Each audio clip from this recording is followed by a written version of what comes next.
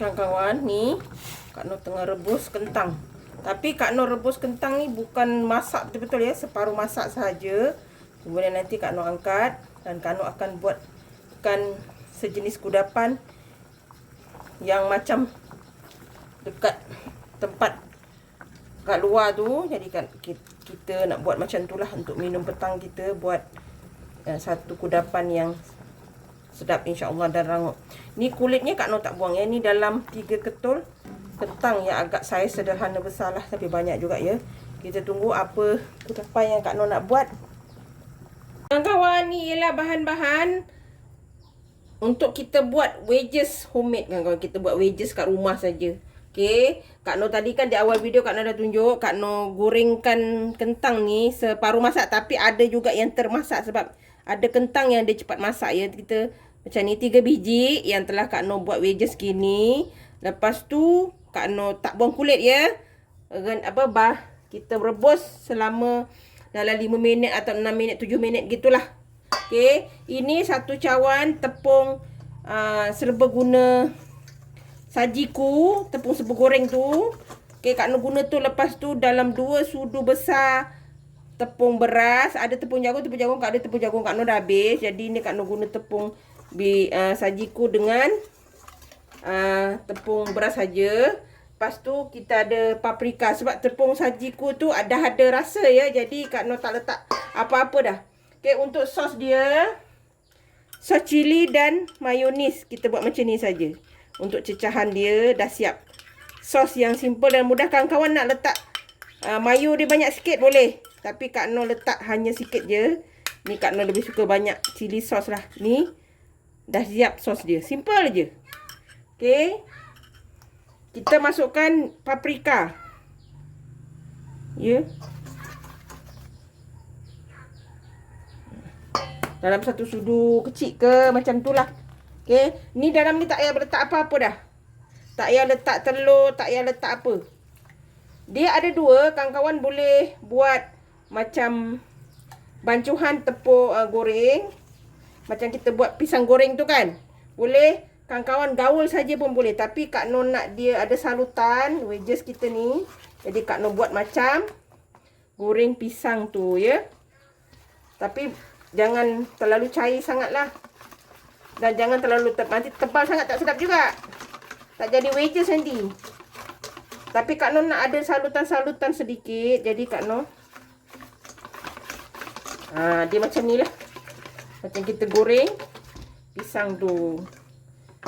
Okey kawan-kawan, dah pun siap. Kita goreng kita punya wedges kita. Ni kawan-kawan, kita celup ya. Celup gini. Celup-celup saja. Kita goreng sampai dia warna keperangan. Kalau kawan-kawan nak semua gaul boleh. Kak Nur nak dia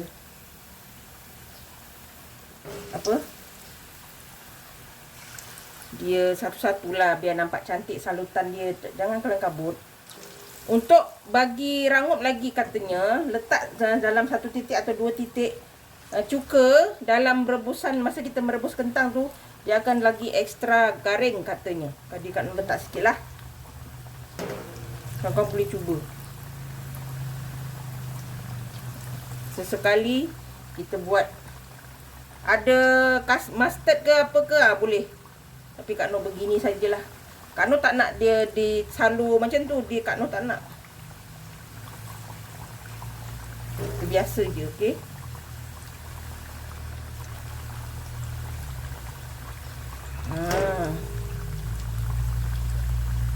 Kita goreng. Biarkan dia sampai garing. Baru kita angkat ya. Ni kawan-kawan, nampak dia dah mula garing. Dia belum garing betul lah ya. Kita nak garing sedikit, agak warna perang dia tu agak gelap sedikit ya. Baru sedap. Kawan-kawan, hari ni kita buat kudapan petang tu dengan rasa yang simple lah. Kan kentang kan. Selalu kalau kita beli tu dapat satu bekas saja. Ini kita buat sendiri kat rumah. Puas makan. Rasa pun kita boleh adjust ya. Dia kadang kalau makan yang beli tu, sampai kat rumah dia dah lembik pula. Yang ni, kita panas-panas rangut-rangut macam ni masih boleh makan. Oh, bagilah kan. Okay, kita tunggu warna dia perang sikit lagi ya kawan-kawan. Nampak kawan-kawan, cantik kan warna dia. Oh, ni.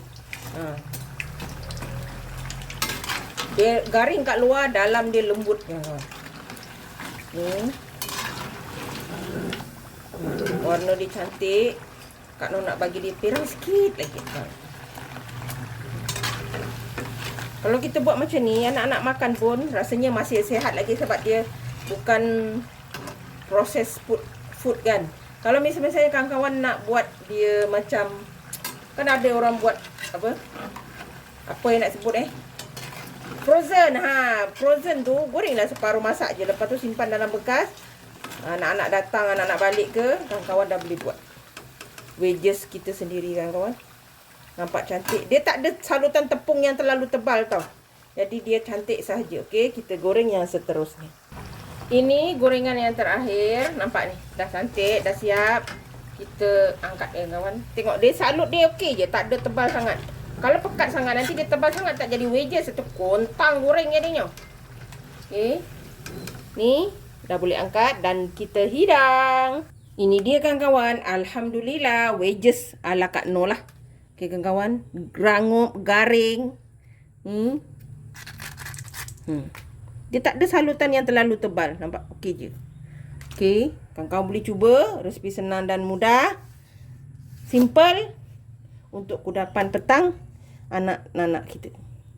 Jangan lupa like, komen, share and subscribe. Dan terus sokong Kak Noh. Jangan lupa tekan loceng agar kawan-kawan mendapat video yang terbaru dari Kak Noh. Salam sayang dari Kak Noh. Assalamualaikum. Selamat mencuba.